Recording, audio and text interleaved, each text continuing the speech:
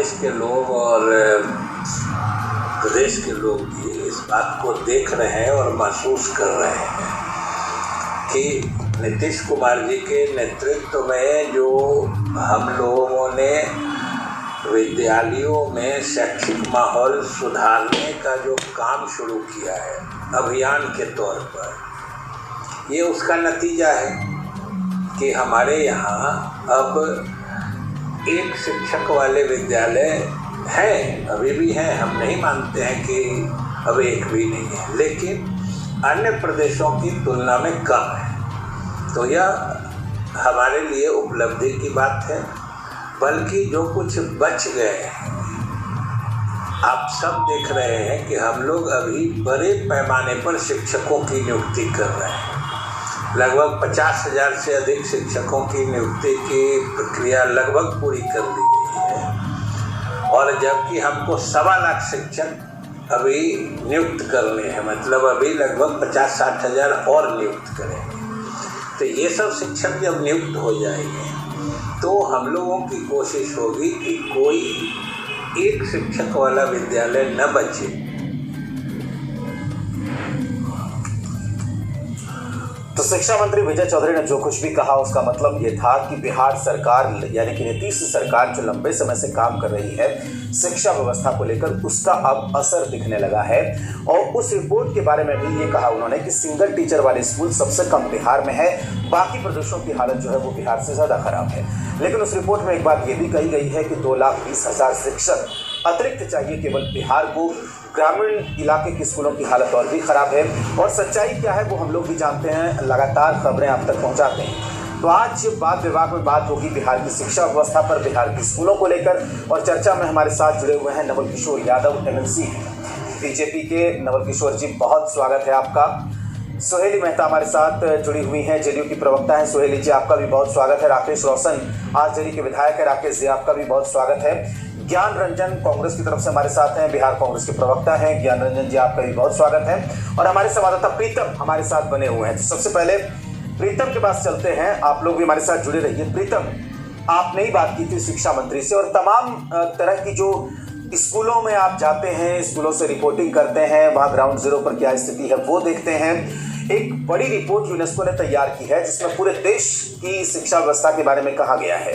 उसमें बिहार का जो जिक्र है और उसे आज हम किस रूप में देखें। हमारे यहाँ की जो सच्चाई है स्कूलों की, लगातार हम देखते हैं पटना की सड़कों पर आंदोलन होता रहता है, धरना प्रदर्शन होता है, मामला कोर्ट में अटक जाता है। इस तरह की कई बातें हम रोज देखते हैं और यहाँ पर नवल किशोर यादव जी हैं, उनसे बेहतर कोई नहीं जानता है। तो प्रीतम, शिक्षा मंत्री ने क्या कुछ कहा, रिपोर्ट क्या कहती है और ग्राउंड रियलिटी क्या है? देखिए, शिक्षा मंत्री ने कहा था कि जो सिंगल जो टीचर वाले स्कूल है उसकी संख्या बिहार में है। उन्होंने ऐसा बिल्कुल खारिज नहीं किया कि वैसे जो स्कूल हैं उनकी संख्या बिहार में बिल्कुल नहीं है। उन्होंने खारिज नहीं किया, तो उन्होंने कहीं न कहीं इस बात को स्वीकार किया था। लेकिन इसके साथ उन्होंने ये भी कहा कि बिहार में छठे दौर का जो है वो जो शिक्षक नियोजन की जो प्रक्रिया है वो चल रही है। लेकिन बुनियादी सवाल राजेश ये है कि आखिर ये हालात क्यों पैदा हुए। मैं एक उदाहरण जो है मेरी शिक्षा विभाग से जो आंकड़ा मिला है राजेश, मैं वो आपके सामने रखूँगा और ये पता चलेगा आपको कि आखिर बिहार में शिक्षकों की जो बहाली है या फिर सिंगल टीचर वाली जो स्कूल है उसके मामले क्यों हैं। जुलाई 2019 में जो शिक्षा विभाग ने बाकायदा छठे दौर का जो शिक्षक नियोजन है उसके लिए बाकायदा जो है वो काउंसलिंग की तारीखें जारी की और ये बताया कि उस समय जो शिक्षा विभाग ने 31 दिसंबर 2019 तक जो था उसमें समय सीमा तय की थी कि 31 दिसंबर 2019 तक जो है बिहार में 1.25 लाख शिक्षकों की बहाली हो जाएगी। ये बात है तकरीबन 2 साल पहले की, अभी अक्टूबर 2021 हो रहा है। इन 2 साल में बीत जाने के बाद बिहार में जो अब तक जो बहाली हुई है उसके मुताबिक ये है कि क्लास 1 से लेकर 5 तक ने बाकायदा छठे दौर का जो शिक्षक नियोजन है उसके लिए बाकायदा जो है वो काउंसलिंग की तारीखें जारी की और ये बताया कि उस समय जो शिक्षा विभाग ने 31 दिसंबर 2019 तक जो था उसमें समय सीमा तय की थी कि 31 दिसंबर 2019 तक जो है बिहार में 1.25 लाख शिक्षकों की बहाली हो जाएगी। ये बात है तकरीबन 2 साल पहले की, अभी अक्टूबर 2021 हो रहा है। इन 2 साल में बीत जाने के बाद बिहार में जो अब तक जो बहाली हुई है उसके मुताबिक ये है कि क्लास 1 से लेकर 5 तक में जो है वो टोटल 62,714 पदों की नियोजन होना था, लेकिन मात्र 26,286 पदों पर नियुक्ति हुई है। और इसी तरह क्लास 6 से लेकर 8 तक 23,206 पदों पर नियोजन होना था 11,478 पदों पर नियोजन हुआ है।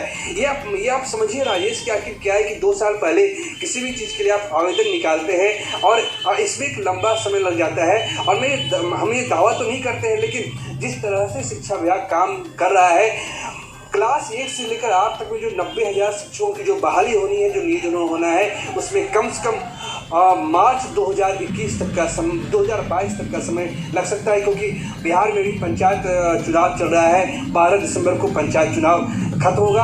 और इस बारे में जो बिहार के में जो शिक्षा विभाग के अपर मुख्य सचिव हैं, उन्होंने उस वक्त कहा था, लगभग 1 महीने पहले कहा था कि ये ऑनगोइंग प्रोसेस है और पंचायत चुनाव का शिक्षक नियोजन पे कोई असर नहीं पड़ेगा। लेकिन बातें चलती रहती है। इस वस्तु स्थिति है कि जो पटना के जो शहरी इलाके हैं, राजधानी के जो शहरी इलाके हैं, वहाँ पे ओवर स्टाफिंग है। यानी अगर एक स्कूल में 7 शिक्षक की जरूरत है तो वहाँ पे 7 या 8 शिक्षक है। लेकिन अगर आप ग्रामीण इलाकों में बढ़ेंगे और जो दूर दराज के जो जिले हैं, बांका है, मुंगेर है, जमुई है या फिर और भी कोई जिला है, तो वहाँ पे जो है सिंगल टीचर वाले स्कूल है। उसमें मैं 3 उदाहरण रखूँगा।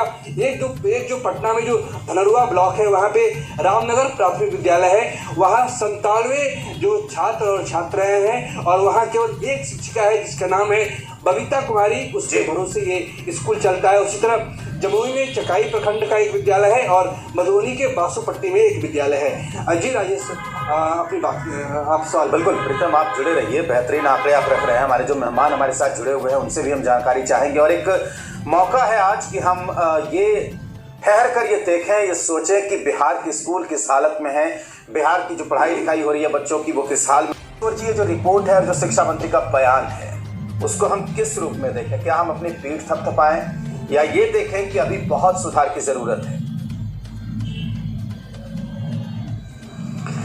राजेश जी, देखिए, दोनों अपने अपने जगह पर टिके। आपने कहा कि यूनेस्को के टीम ने सर्वे किया। हम लोग तो स्कूलों में घूमते रहे हैं, आज तक कोई सर्वे टीम कहीं मिलता ही नहीं है। सबसे बड़ा दुर्भाग्य है कि हम इधर सर्वे की टीम जाती है, उधर मैं जाता ही नहीं हूँ, या मैं जाता हूँ तो सर्वे की टीम नहीं जाता है। देखिए, कागज पर रिपोर्ट बनाना, इसमें भी एक सर्वे होना चाहिए। दोनों दो बात। स्कूलों की स्थिति बहुत सुंदर अगर नहीं है, बहुत सुंदर होता तो आपके भी बच्चे पढ़ते, मेरे भी बच्चे पढ़ते और शिक्षा मंत्री के भी बच्चे पढ़ते, कमिश्नर के भी बच्चे पढ़ते, कलेक्टर के भी बच्चे पढ़ते, विधायकों के बच्चे पढ़ते और शिक्षकों के भी बच्चे पढ़ते। ये तो रियलाइज कर लेना लाजमी है कि जब